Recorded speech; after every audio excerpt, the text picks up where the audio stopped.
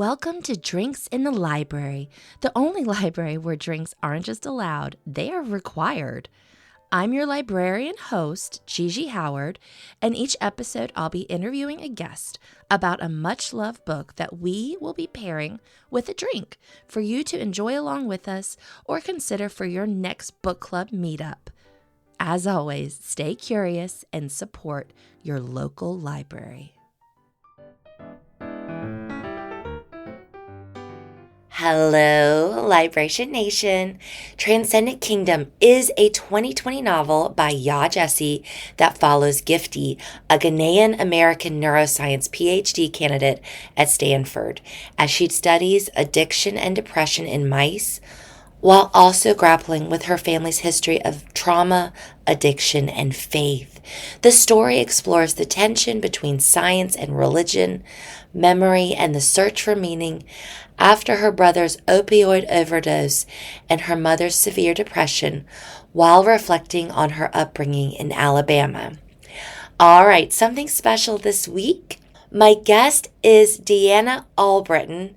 She is the main evening anchor of Development and Engagement Manager at WRIC 8 News here in Richmond. That means she leads station community engagement initiatives and special projects while mentoring early career journalists in investigative and community-centered reporting. In addition to wearing all of these hats, Deanna has earned regional Murrow, Emmy, and Associated Press awards. You may have also seen her moderating nationally televised debates for Virginia's closely watched U.S. Senate and gubernatorial races. Also, Deanna hosts the podcast All About Books, which is a video podcast, and we recorded this as a collaborative episode between Drinks in the Library and All About Books. So head over to All About Books if you want to see the episode as we recorded it right here in my home office in Richmond. I also want to say thank you to videographer Nikita for helping to make that happen. All right, our drink this week is Sobolo hibiscus tea. It is a traditional tea served at Ghanaian parties and picnics. Deanna was kind enough to make it and bring it for us to share and sip during the episode. Absolutely incredible. In the show notes, I'm sharing her modified recipe, which is originally from Black Foodie. I want to thank her for the labor of love. It was delicious, and I really appreciate her making and bringing it. All right, one last thing. If you're enjoying the show, please like and subscribe. Wherever you get your podcast, give it 5 stars. That really helps me grow. Also, we are over on Patreon, so head over there, patreon.com/drinksinthelibrary to sign up. For just $5 a month, you can support the show for ad-free episodes and also get bonus fun content. All right, let's get to it.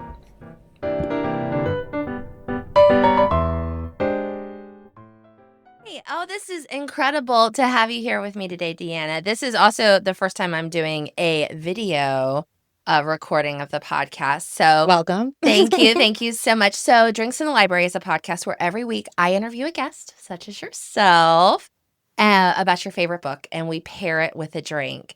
And I have to tell your listeners and my listeners that you understood the assignment with the drink this week. Our book is Transcendent Kingdom by Gyasi, who is a Ghana-American writer, and you picked. Tell me all about this beverage. It's amazing. Okay, so it has many different names throughout West Africa, but it's a traditional West African hibiscus tea drink called Sobolo or Bisop in some other parts of West Africa, I think in Nigeria. But it uses like fresh, dried hibiscus leaves, but so many different spices. Well, so it uses pineapple, both the actual pineapple that's blended, and I know you had a little bit before, but it's so good. Guys, I did my big one here. Yeah. It uses blended pineapple and ginger, all fresh. Got it from a local African store, grocery store. Blended in using the skin of the pineapple to like get more sweetness from the actual rind. Incredible. Pineapple leaf. So you wash and use some of the pineapple leaf. And then just a whole bunch of spices. It's cloves. It's like alligator pepper, nutmeg, cinnamon. Like my apartment when I left smelled amazing. And I hope that some of that is still there when I get home tonight. I can imagine. This is like a labor of love. I so appreciate you bringing this to Of the show and letting course. me have a glass. I'm loving this. Yay. I'm so glad that you are liking it. Yes. I like had tasted it warm, but hadn't tasted it chilled because, long story short, I didn't read past the ad where it said chill to room temperature before chilling. Like, I was just like, oh no, I'm supposed to be going to work. So I literally picked up the pot that it was in and took it to my car and transported it to work so that it could continue cooling the room temperature. And then Nikita helped me actually put it into the carafe that it came here and chilled. It's amazing. And I can taste the pineapple. I'm sure it was like a ton of work. So But it was wonderful. Like I had a fun time doing it. And because I was working a little later today, it kind of brought back some memories of my old schedule when I used to work the 11 p.m. and I would bake or do things like this before work. So. okay. Well, nice. Do you like to cook and be in the kitchen a lot at home? Yeah, it's a little bit, it's been harder for the last couple of years. I never worked like a more traditional schedule. So now I work 9:30 to 6:30 because I took on like a hybrid managerial role a couple years ago. So I still anchor from 5 to 6:30, but I don't anchor at 11. Y'all, it's tiring to be working normal hours. There are cars on the road when you go to and from work. I'm not about that life. When I used to go into work at 2:30 and got off at 11:30, nobody's on the road. And it's just like a different energy. Because, like if you have a doctor's appointment and it's before work, it's real early. And then you're at work all day and it just feels like the sun's almost setting by the time I get home. And so like that same energy isn't there. But I do, especially on the weekends, like to like bake. And my boyfriend, my partner, he recently said I did my best banana nut bread yet. So wow. very That's exciting. incredible. But yeah. Yes. I love that so much. And I am so excited. I know you also love to read. I love to read. So my day job is I'm a librarian, and I started this podcast because I love to talk to people about books, just like you do. Yeah. And I love to hear about where you were in your life journey when you read this book, why you loved it, because all of those things are so personal and so important. And so it's wonderful to find yourself in a story. Yeah, it really is. And I think that as I was rereading this book, I was taking away even more than I think I did the first time. I read this several years ago and I remember being like floored, like bowled over multiple times. And I remember at the time thinking, wow, I'm not the child of an immigrant, but this is hitting so hard in so many ways. My parents are both from Alabama. Okay. And The story is set in Alabama. Yes. And Gifty, the main character, she grows up in this very like white, southern, racist area of Alabama and really spends her whole life reckoning with that in a lot of ways. And so does her brother in ways that her mom and dad can't fully understand, right? When you immigrate from a very homogenous country and you're not used to how racism can be directed at you when you're in the minority, it's very disarming. But I think a lot of immigrant parents don't know what to do with that feeling because they've never been in the position, so they don't know how to guide their kids, right? Right. And how to deal with it. Well, in some ways, similarly, like my parents grew up in kind of very recently post Jim Crow Alabama, right? My parents were actually both born before the Civil Rights Act was ever even passed, right? And so my mom was not in a segregated schooling environment until she was in high school. Okay. And so and then she went to an HBCU. So similarly, she did not have the tools to explain to me how to navigate these very white spaces. My dad grew up in a more integrated school environment, but he traveled a lot when we were younger and things like that. And so I think that I really identified with a lot of aspects of Gifty's character. And while thankfully I don't have a sibling who has a substance use problem, I grew up in Southern Ohio at the height of the opioid epidemic. I lost classmates to addictions, and they were a lot of athletes who had surgeries, were given opiates as medication because their doctors thought they were doing what was right for them. Yeah. And then a few years later, we're at their memorial service. Yeah. So I think there were a lot of ways that this book really hit home for me.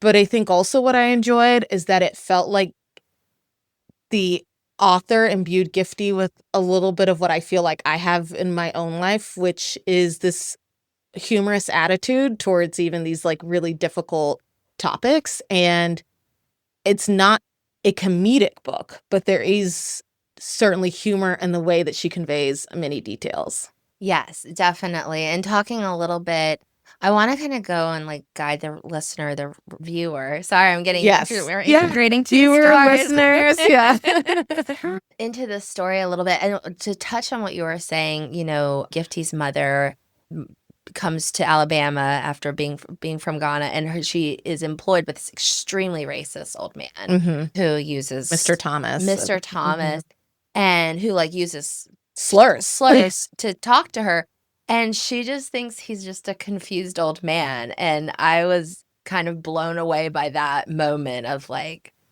yeah, what you were speaking to as well. Yeah, and it's interesting because I have friends whose parents are immigrants who have also had similar conversations with their parents where their parents didn't even recognize the racism that was being directed at them because they had never experienced it before coming here. They know that something's negative about what someone is saying to them, but they don't know the history behind it. So it doesn't have as much power or weight, right, as it does for their kids who have now grown up here, who know the history, who know the weight, who know the power it has. And so I just thought that was so realistic because I've had these conversations with the people in my life who have dealt with this. And yeah, her mom's just like, yeah, he's just a confused old man. He doesn't mean anything by it. Right. And then, later on in the book, one of the moments that I really enjoy is when they talk about his funeral and how his daughter was just like, he was a terrible man. Like, no one regrets that he's gone. And like, her mom has trouble with that idea that someone would speak ill of their dad, even though this man used slurs against her every day that she took care of him, right? Mm-hmm. And so there's a Gifty throughout the book kind of explores that kind of cognitive dissonance her mom had, where she was able to understand that in the place that she was, certain people hated her for reasons, for characteristics she can't change, but also like because of her faith, like wasn't able to think ill of them or couldn't allow herself to hate them in any way. And I think that is Gifty's exploration of that, I think, is one of my favorite parts about the book too. Yeah. And talking about Gifty a little bit. Yes. Like, who is Gifty? Oh my gosh, Gifty. And I love her name is Gifty. And that's one thing that I love because I went to Ghana many years ago, is that I love that so many people had names like Wisdom or Honesty. They had names that their parents were like, this is who I want my child to be. I want them to be gifted, right? And Gifty is just that. She is this woman who is a neuroscientist, and she is devoting her life to uncovering, and I'm going to get some of the science wrong here, but uncovering the mechanisms through which humans, mice in the experiments that she's looking at, do or don't develop the kind of dopamine receptors that make some people susceptible to addiction and some people not. So she explains these experiments that she's doing with the mice where she gives them at first cocaine, but later Ensure, because she like humorously describes, because the cocaine was starting to get difficult to get, and Ensure really provided the same, a little cheaper, the same dopamine response. And so a little bit cheaper than the cocaine. Yeah. And I remember when I was reading that, I was just like, how was I was like, I guess science labs can get drugs because they have to do research. But so she uses Ensure, and she first gives all of these mice the Ensure with nothing. Then she starts giving them like little shocks or some sort of pain when they get it, but it's randomized. So they don't know whether they're going to get it. Some mice get one shock and that is enough for them. They said, I do not need the Ensure. Some are still testing the waters, but after a few shocks, they're like, I don't need this either. But some mice keep going back for more. There's no amount of pain that makes them not want to get this dopamine hit, right? Yeah. And the fact that she's inspired by her own familial experience to pursue this, I think so many people that happens to them, especially in medicine. They have a parent or a sibling who spends years in the hospital and they want to make someone else not have to go through what their own family members went through. And Gifty just basically spends a lot of her life responding to these life events in her family and trying to make sure she's not a stressor, but it feels like so much of her life is about responding to her family and the events that happen and not as much like choosing what she wants for her. Yeah. And so what happened to her family, she has two people in her life. She has her mother who suffers from severe depression. Very severe. Yes. And then she has her brother but gets addicted to opioids. So do you want to talk about them a little bit? Yeah. So I love that parts of this book include her like diary entries from when she's really young. Yeah. So she either at the beginning or end, or sometimes interwoven in a chapter. It'll just they'll just drop in a chapter, and you can tell. So I read online, somebody was just like, I thought it was confusing that you would get these diary entries. I was like, it's very much sounds like it's written by a child, right? Like, yeah. she calls her mom the Black Mamba because she had learned about that snake and then thought her mom embodied a lot of the characteristics. But her way of like making it a code name was just to call her TBM. Yeah. In her journal, she calls her brother, whose name is Nana, and she calls him Buzz. And she even remarks at one point in the book, she's just like, I was smart enough to use code names, but not smart enough to like relay the details in a way that didn't immediately give away that I was the one who wrote the journal.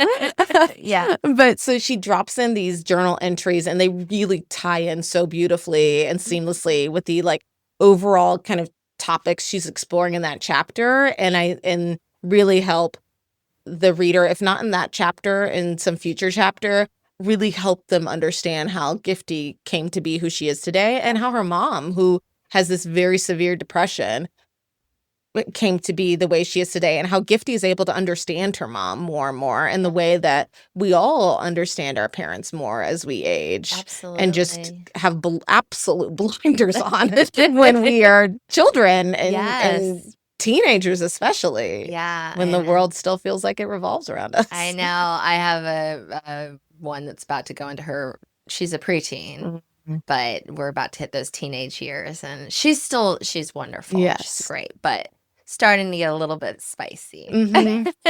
Well, the thing is that those two things aren't mutually exclusive, right? Like what so many women want for their daughters is to be the kind of strong, independent women. And you kind of see that with Gifty's mom. Like she was this strong character who struck out with her son to find this better life. She went by herself. Right. And she wants simultaneously both a daughter who's strong enough to do that, but also a daughter who finds comfort and stability and security in a marriage, right? And that so many moms come into conflict with that. Like, I want to raise a strong, independent, willful daughter who stands up for herself and speaks up for herself. But then you also have to contend with the fact that sometimes that's directed at you. Right. Like, it's kind of hard to teach somebody to selectively do that, especially when they're like prefrontal cortex.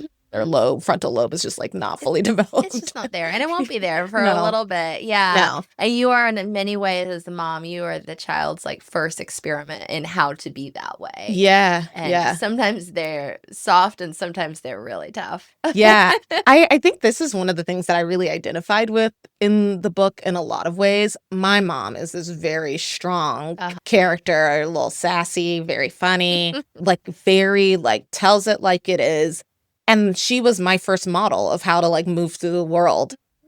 So I reflected a lot of that in how I talked to her and how I tried to deal with my mom. It just doesn't work as well in a child-parent dynamic. But my mom was like that. Her mom was like that. And her mom, my grandma, said, I hope you one day have a daughter just like you, so you know what this is like. And that's exactly what happened. It was like the next generation of like strong-willed women. And I tested her in all the ways that she tested her own mom. And I think reading this book, I remember thinking like, that is actually what I do want. I want to make sure that my future hypothetical daughter, if I were to have a daughter one day, does actually feel confident presenting that strong, right? And I think one thing Gifty struggles with throughout this book is finding her voice. And there, in several ways throughout the book, she like literally finds her voice in ways where she's just been mute and not spoken at all in certain scenarios. And there are so many reasons for that, but I think this book really solidified for me that it is really difficult to move one way and try to teach your daughter to move in another, right? Just with you, but not with everybody else. And, and how confusing that can be, and that can linger with someone throughout their life. Yeah. And I was just thinking, like, speaking of lingering, I feel like a lot of Gifty's adult journey is like the ghost of Nana a little bit. Like, do you want to tell us about him and what? Because he was sort of like they called him like their miracle baby. Yeah. You know? And then he has a tragedy. Yeah. So I think the big thing about Nana is that from the beginning of Gifty's life, she feels like he is the chosen son, right? And like that he's a chosen child, that he is really the only child her parents really needed, especially her mom. And it's kind of said to her in certain circumstances. And so I think that Nana looms large over her life before she's even born. Yeah. And then once she's born, she can feel it from the time she's born. Right. In the way that I think often when there's a large age gap and the oldest sibling is just a star, an easy baby, and then a star child, that it feels kind of like you're always in their shadow. And I feel you get that sense from Gifty. But Nana is this very introspective child who is very athletic, loves sports, was a star soccer player, the only sport that she and her Ghanaian family cared about. and later becomes a star basketball player, and she describes it as like the sport he was born to play. And talks about just like how he just his fluidity, his motion on the court, like her feeling like she wishes her dad could have seen him playing this sport that he kind of poo-pooed. Like, why would I want to see giraffes running down the court? I think is how he describes it at some point. And so her mom at points is like offended that people keep telling her like, oh, he's gonna go far. He's got such a bright future. And she's just like, well, of course he always had a bright future, but like basketball is not the reason he has a bright future. But ultimately, basketball is what leads to these series of events that unfortunately lead to Nana's death. And, you know, Nana was her almost, it feels like, only friend, or the very least closest. Yeah. And given the age gap, it's kind of astonishing that he appears to be her only real friend, but they have this shared immigrant experience. She's much more withdrawn than he is. It starts to make more sense. But his death reshapes how Gifty interacts with her mom, how she interacts with the world. Gifty was a stronger presence and maybe a more, I don't want to say confrontational, it's not the right word, but she was willing to push boundaries. But after her brother's death, she just doesn't want to make her mom sad. She wants her mom to be happy. And children don't have the capacity to understand that depression is not a thing that you can fix through behavior day in and day out, right? And it's sad in certain ways throughout the book to see her still believing that buying the right food, saying the right thing is going to like lift her mom out of very severe depression. But it also is a reality that a lot of people deal with, that they are navigating caring in some ways for a parent who does have significant mental health challenges. And she does still navigate it with so much grace and understanding for her mom. And I think, you know, you asked me a question earlier that I didn't really answer fully, which was, where was I as a person when I read this?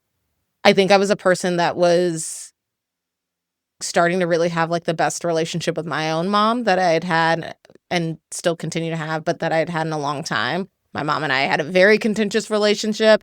in the like the stereotypical way of like a teenager and her mom, where my dad, when we would leave the house, would be like, "You girls be okay, behave." Like he was terrified of what was going to come back through the door. But like as adults, my mom and I are so close. We talk all the time. We travel together. And so I was in this phase where I was really starting to realize how great a mom my mom was and continues to be, and how much support she has provided through my whole life, and really starting to realize how much of a piece of crap I was to her so often as a teenager. So I was like really in the process of having just really started to think a lot more about that. But I was also in this place where I was struggling with my faith, and that's a huge component of this book, is what is holy? What is transcendence? What does it mean to be spiritual? What does it mean to believe in God? And how much a family splintering and a death can test that faith. Yeah. And because I was reckoning probably more than ever with my faith, but because that process probably most acutely started when I took a trip to Ghana. So when I traveled to Ghana was when I first had this moment that is very similar to what she describes in the book, which is this thought. It's kind of the inverse of what she has in this book, but which was this thought as I was standing in a slave castle, that if my ancestors hadn't been ripped from their families, thrown into the dungeons of a slave castle, and shipped across the seas, during which many slaves did not make it, I would never have been raised Christian. And that was a very, very, very difficult, like, I remember like feeling bowled over at the time. And I was like crying, because what does it mean that the faith that I've grown up in, I grew up very religious in a Black Baptist church, I only have because my ancestors were enslaved, and this was the enslaver's religion.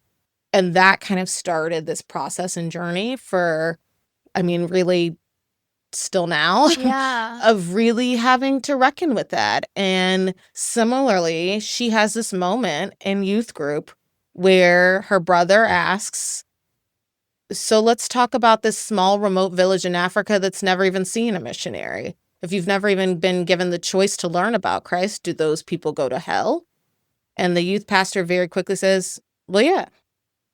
Okay. And she realizes that part of that is the distance he has, right? Like that how he thinks of people in Africa is the way that they're presented in commercials. She has this moment where she kind of compares the commercials they have to the ones you do for animals in the shelter. But she also is just like, wait, what does it mean to condemn a whole group of people? And so, yeah, I think that it is something that is common, and probably increasingly more common, with a lot of descendants of enslaved people in the U.S. and through the West Indies, where there are strong Christian roots and communities and churches. Is what does it mean for that to be the colonizers and enslavers' religion? And so she's dealing with that, and then her brother dies. Yeah. And so it's just like these constant kind of pen pricks into this push pen that's already kind of like has too many in it, of these crisis of faith questions.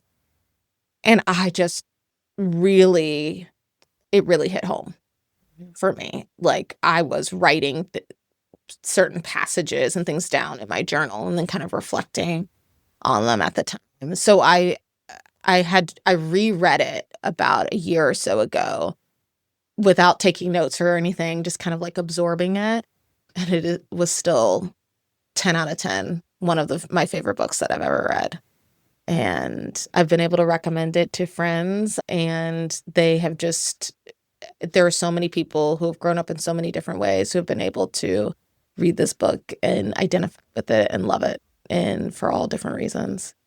Thank you for sharing that so much. That was really powerful to hear, and obviously something important for people that wouldn't, to see your experience, and to think about that, because that is very deep and very personal to you. Yeah. So thank you. Yeah, of Sincerely. course. Yeah, it's sometimes it used to like make me cry to talk about it, and I've gotten to a place where I can talk about it with a little bit of more distance. But just like Gifty struggles with how much to share or not share with her parents, with her mom specifically. That's a tightrope a lot of people who are going through a similar situation face with their own parents for a variety of reasons. So I just think there are so many different themes that you don't have to be the child of an immigrant. You don't have to have, a close family member who has passed to see yourself in certain elements of this book. I think it's just such a beautiful writing. It's hard to walk away from this book without something. Yes. And talking about your journey to Ghana made me think about Gyasi, our author, and her first book, Homegoing. And so you and I have opposite experiences. Yeah. I read Homegoing a few years ago and loved it. And where you read this one first and then read Yes. Homegoing afterwards, where I'm just coming to this one now. So let's talk about Gyasi a little bit. She I is know. incredible. An amazing, amazing, amazing author. I love her writing. I love her writing style. I love that she does something very different with Homegoing and Transcendent Kingdom. Yeah. They're very different books. We were talking earlier, like, I was so shocked after reading this and then reading Homegoing that this wasn't her first book. Right. Homegoing is so ambitious. And this, I almost wondered if it was a little bit autobiographical because it feels like there are some elements. I think Gyasi also went to Stanford and so she just knows how to take what are typical cliches and write them in a way that sometimes either makes you chuckle a little bit or think about why we use that phrase. Like, I remember there's one that sticks in my head from Transcendent Kingdom that is, how we talk about how like words died on our tongue, like you couldn't remember it. And she says something about how it like disintegrated to ashes in her mouth. And I remember thinking like, oh, that's odd. And I was just like, well, is it any more odd than saying like the word died on my tongue? And so I think she just finds such a wonderful way to like pull you into the thought processes of the characters. And Homegoing, because it spans these multiple generations, is just like this. It's like an epic, right? But it's also just like beautifully written. The themes, how she weaves the themes between the different characters there, especially those two main women in Homegoing, is just, I mean, she's just incredible. I would love to meet her because her books, I feel like, have maybe a little bit changed my life. Yeah, absolutely. Well, if you're listening, I'd love to meet you. come on down to Richmond. Got two ladies who would love to chat. Absolutely. I also, Homegoing also just like came into my life at like the perfect time. I moved to Richmond and then learned that my ancestors had been enslaved at Mount Airy plantation in Warsaw. I didn't know I even had any connection to the area because my ancestors were moved to an Alabama plantation in Perry County right before the Civil War, because that's what a lot of enslavers did, because they wanted to make sure that their valuable property wasn't in the way of the Union troops. So I learned this. I ended up actually meeting a descendant of the enslaver. I ended up going to a Christmas party of theirs. And at the time afterwards, I was just like really overwhelmed. So some folks had tried to reach out to me, and even like distant family who live in the area and watch me every day, and then realize like, oh, we share the same great aunt, but what happened was that I got really overwhelmed and I kind of like shut down. And I was like, I can't do any more family research right now. I'm like kind of overwhelmed by the response and like all of these new details coming in. But I was reading Homegoing around the same time. And so you have this like multi-generational story that spans from the shores of West Africa to the United States, and what these different choices that people made, what ultimately became of their lives and their descendants. And so it just feels like her books just hit me in the feels where I am at that time in a way that is just like, how does she keep doing that? Yeah. It's like she's inside my head. She is. Well, and sometimes I feel like there's some magic with reading too, where books come into your life at just the right moment and just the right time. And I don't know what it is. It's in the air, it's in the water. Yeah. It's incredible. I mean, I guess you probably get to see that up front and personal as a Yeah. librarian, right? You get to see that magic happen. Yes. Yeah, that's one of my favorite things. Obviously, when it happens with young children, it's, when you have a parent who comes back to you and tells you that, like, this book changed their child's life, or maybe they weren't a reader and now they are a reader. Those are particularly potent. But I mean, even with adults too, chatting today with a lady who, like, I read this historical fiction and we were talking about Kristen Hanna and just going into what other historical fiction, because this is all I want to read right now. And it's my favorite thing. Yeah. Honestly. I feel like a good historical fiction kick, man. I was on one late last year into early this year where I was just like on this kick of reading about like Black elites, historical fiction through all these different years, because I watched The Gilded Age. Okay. I was just like, what are some books about Black elites in the Gilded Age? And then it led me to a Reddit thread, and I read one book, and then I started being given books, and it just felt like magic, right? Like the book that I got in a little like game at someone's birthday was just like another decade of Black elites, but in Chicago. I was just like, it's like magic. It's books. Books are magic. They are. Absolutely. Talking a little bit more about Transcendent Kingdom. And I know there was a point that you might want to have read a passage from the book. Oh, yes. I didn't know if you wanted to come back to that, but I definitely don't want to miss that. That's always one of my favorite things when someone comes and shares, like, I really enjoyed this, like, one segment a little bit. So, yes. So I love this passage right here. And so for background, Gifty is speaking to one of her friends. It's the part of the, as we get later in the book, you start to see Gifty make more of these connections, and you get to see some of these people in her social circle. And Catherine is one of those who's, I believe, in her same PhD program. And Catherine's come over to her house to like see if she can help. She's a psychiatrist because her mom is there. Gifty's taking care of her. And she has told Catherine about her evangelical upbringing, about how when she journaled, she used to always write to God. And she talks about, like, I know it's embarrassing. And she's like, why would that be embarrassing? And kind of Catherine cracks her open a little bit. And she says, do you still write to God? Catherine asked. I looked at her, wondering if she was setting some kind of trap. I remembered my jazz hands. I was mocked so much for my religion when I was in college that I had taken to mocking myself first. But Catherine's voice was absent of malice. Her eyes were earnest. I don't write, dear God, anymore, but still, maybe, yes. When it came to God, I could not give a straight answer. I had not been able to give a straight answer since the day Nana died. God failed me then so utterly and completely that it had shaken my capacity to believe in him.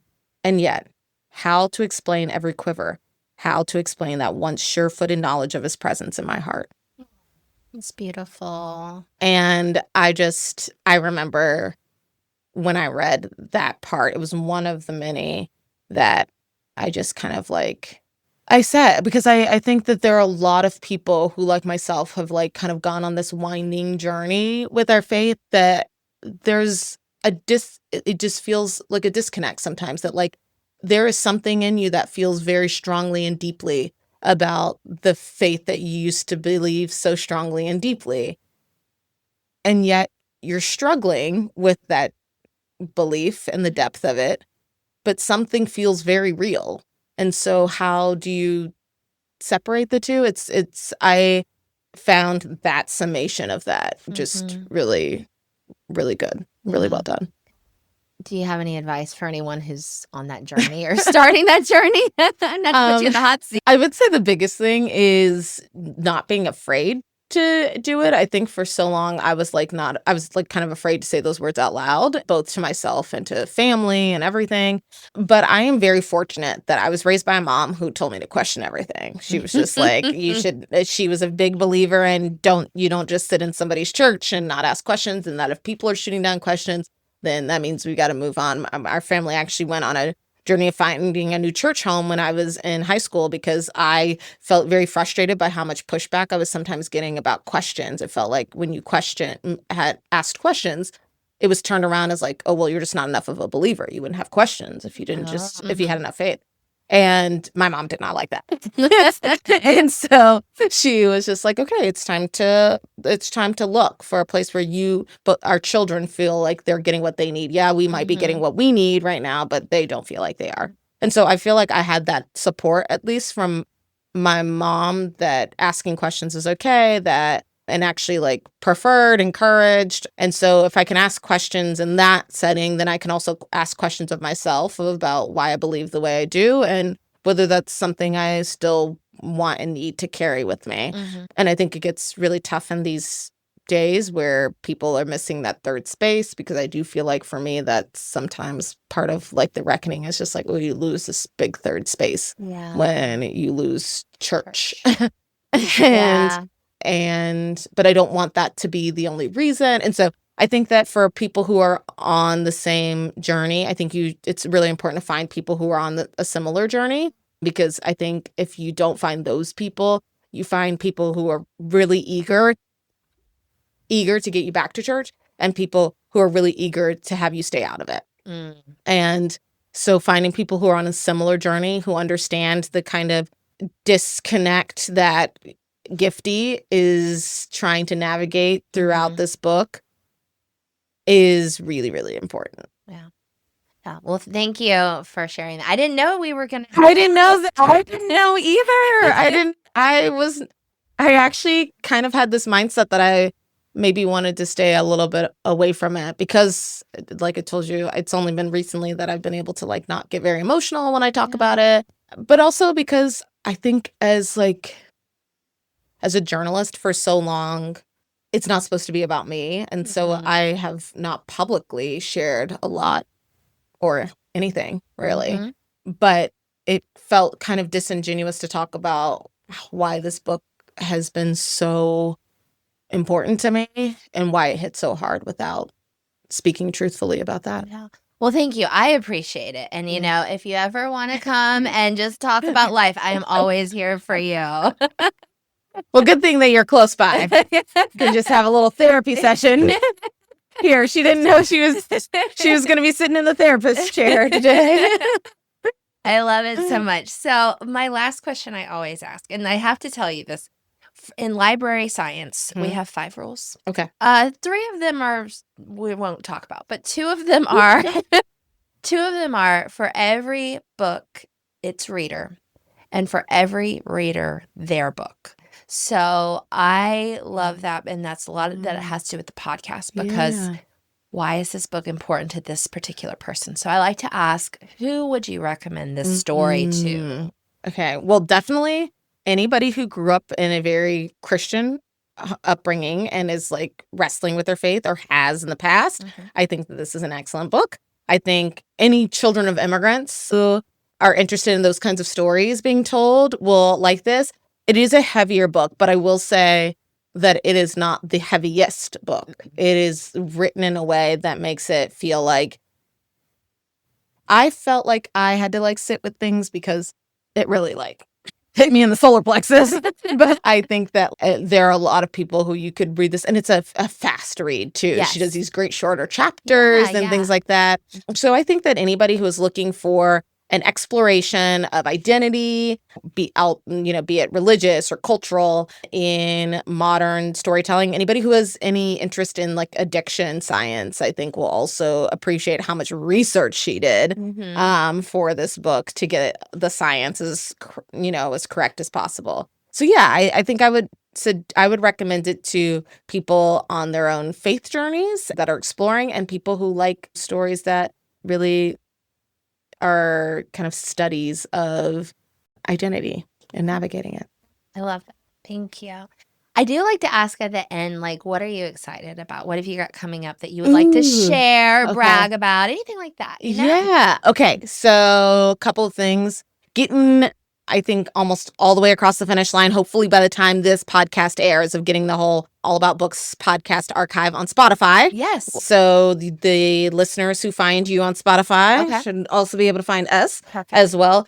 Video, while it is great, also brings in some new challenges sometimes when you're uploading with upload sizes and all of that. But then additionally, I would say generally, I'm very excited about my birthday coming up. I'm always excited about my birthday. Yay. But I'm a birthday person. I'm that person. But it's because I am someone who really believes that like every year is truly a blessing. Yes. My mom raised me that way. We did a whole photo shoot for her 50th birthday with her AARP card that came. Because first of all, discounts. But also because my mom's like, there are so many people, so many friends, so many people she's known that didn't get to see these milestones and would have loved to have gotten to see them. So I love to celebrate it. And this is going to be 35. Yeah. So I'm really excited about that. And I spoke about the Gilded Age before. I'm going to Newport, which is a storyline and location. Oh my God. And Newport in the summer. Very excited. I haven't been to Rhode Island before, so I'm excited about that. Oh my gosh, incredible. So not for like the fancy way, but like watching the Real Housewives of Rhode Island. I am also watching that, to be clear. I am both watching an HBO period drama, and I also I'm not all caught up, but I am working my way. Okay, well, we all contain multitudes, Yes. right? Listen, my reality TV stack is long. Okay, yes. Well, I love that. And so, but anyway, I've learned so much about like the beautiful homes in Rhode Island and all of these like mansions by the sea. No. So that's going to be wonderful and beautiful too. So. I know. I'm really excited. I need to like reach out to the Historical Society and see if there's any special things that I can learn or do while there. And I definitely need like a good like Newport, like by the sea sort of read. So if you have any recommendations. Okay. I will get that to you for sure. Yeah. For sure. So I'm so excited for you. Thank you so much for coming. This has been absolutely incredible. Thank you for having me. I'm so glad my first like true crossover episode. Like this is cool. I know. This is actually my first real crossover too. Like I've done trades before, but there we go. So this is going to be an exciting episode for both of us. But I do like to end with a nice cheers. Ooh, and yes, thank you lovely. so much for sharing this with me. Of course. Cheers. Thanks for having me. Yeah, thanks for coming. And thanks for joining us for this episode of All About Books. No episode this Thursday, of course, because this is our episode for the week, but I will see you back here next Thursday. Yay. Thank you for spending some time with me and my guests for an episode of Drinks in the Library. For more information about the show, you can find us on Instagram at Drinks in the Library, on the World Wide Web, drinksinthelibrary.com, or shoot me an email at drinkspod@gmail.com. Until next time, cheers.